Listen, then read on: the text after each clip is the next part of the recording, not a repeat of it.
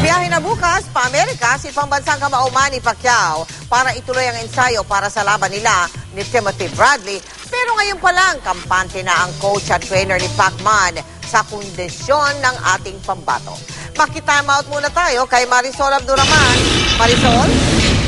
Mel, walang sinasayang na panahon ng ating pambansang kamao. Kahit kabababa lang mula sa Baguio training, sabak muli sa training dito sa Maynila. Hindi na nga nagpapaawat ang pambansang kamao at Sarangani Representative Manny Pacquiao.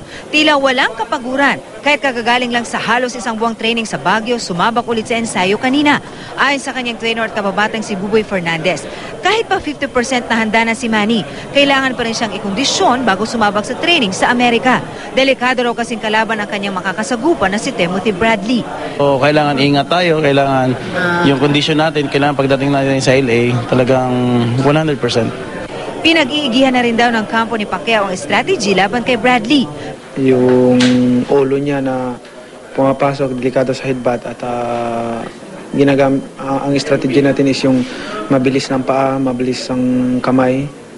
Bagamat may 5 linggong ensayo pa si Pacquiao sa wildcard gym sa LA, kumpiyansa na ang kanyang coach na si Freddie Roach. I'm very happy where he's at right now.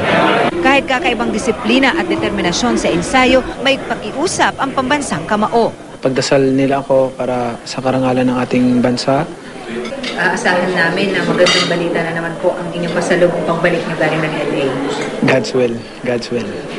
Hindi lamang mga Pinoy fans ang nagpunta kanina, kundi pati mga Koreanong ito para masilayan ng personal si Manny. I love Pacquiao! Very strong!